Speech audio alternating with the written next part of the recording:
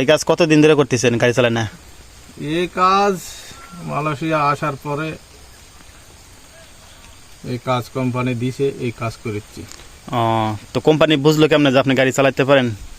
আমি পারি, 2-3 দিন বছরা দেখছে, তারপর আমার গাড়ি দিছে। তো ওই গাড়ি কি আপনি এখানে শিখছেন না সেরা নাকি দেশে শিখছিলেন?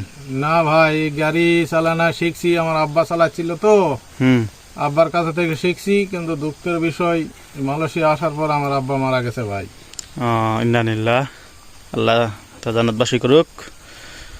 তো এই কাজে স্যালারি আসে কেমন গাড়ি চালায়? আছে ভাই, আল্লাহর রহমতে 2200 এরকম আসে?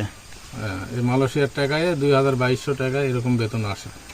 তাহলে তো ভালোই ইনশাল্লাহ ভাই, আল্লাহর রহমতে। তো নতুন যারা আসতে চায় এদের সম্পর্কে কি বলবেন?